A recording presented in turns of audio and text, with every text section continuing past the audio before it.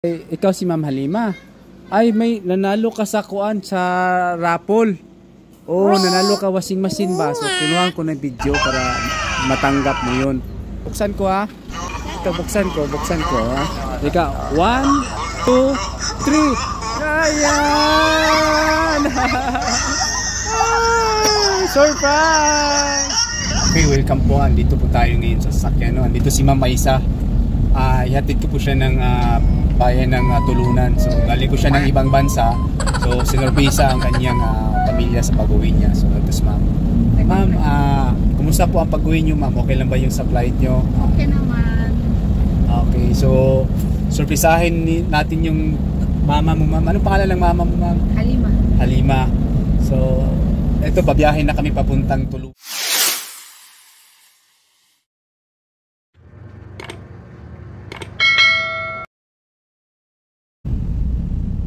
Tatlong oras ang biyahe natin papuntang Buluan.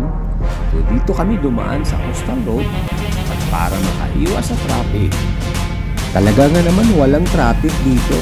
Ang ganda pa ng daan. Mag-i-enjoy ka pa sa panunod. Kailangan muna natin magpag-gas para makakarating tayo. Diesel na, diesel max.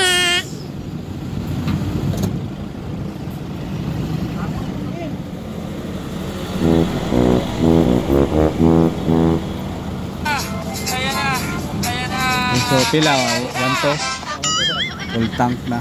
Sige, naisuludaan akong tanki. At tuloy-tuloy na kami sa aming biyahe. At itong mga lugar ang dinaanan namin. Santa Cruz, Davao del Sur, ito yung mga wood carving product nila. Fishing at farming, ito yung mga pangungunahing hanap buhay nila rito. Tuloy-tuloy lang po tayo sa biyahe at napadaan tayo sa Digo City. Ito yung sentro ng Davao del Sur. Kung makikita po natin yung sa kaliwa, yan po yung papuntang General Santos City. So dito naman sa kanan, ito po yung papuntang Cotabato. So huminto lang po tayo no dahil nag-stop sign. Baka pag dumiretso tayo may nakaabang dyan na highway patrol. Huli tayo dyan.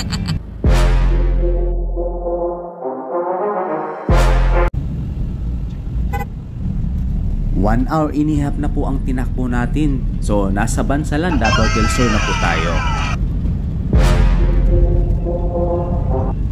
Papasok na tayo ng Maquilal North, Cotabato. Dadaan tayo sa footbath quarantine. Muna dito no, para walang virus papasok sa Maquilala. Naghahanap muna kami ng prutas na saan pwede makabili. Malamang dito sa Maquilala. Eto nga marami fruit stand. Tabi tayo. Mag-stop muna tayo dito sandali, no? 2 hours later. Ang dami nga kung prutas ang pag-uusapan. May pinya ka na, may watermelon ka pa. Bilang kilo na? 35. Okay. May mangosteen na maraming makuha ang benefit sa katawan at may mangga pang matamis, may orange pa, may apple pa, at may pomelo pa. Ang sarap dito, parang fruit salad na talaga. At tuloy-tuloy na kami sa aming biyahe. At ito na yung papuntang Tulunan.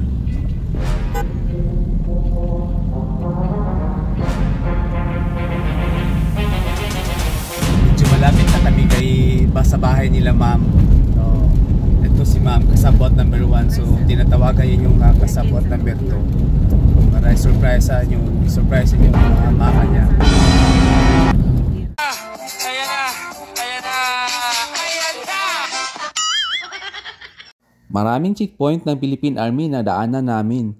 So wala na po tayong problema kahit dumaan po tayo ng gabi. Safe po tayo dito. 1 hour later. Ito yun sa inyo, ma'am, papasok or Papasok. so natandaan mo na to, no? Tagal din nakauwi si ma'am ba? So medyo nakalimutan yung daan.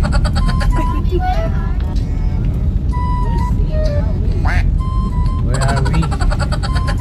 We don't know we. Mahirap yung hindi ka magpasulong. So ito sa kanila. Bahay ng ating guest ngayon. So Magtatanong ako. Ito bahay ni Ma'am Halima? Ha? Ay, ikaw si Ma'am Halima. Ay, may nanalo ka sa kuan sa raffle. Oh, nanalo ka washing machine ba? So, kinuha ko ng video para matanggap mo yun.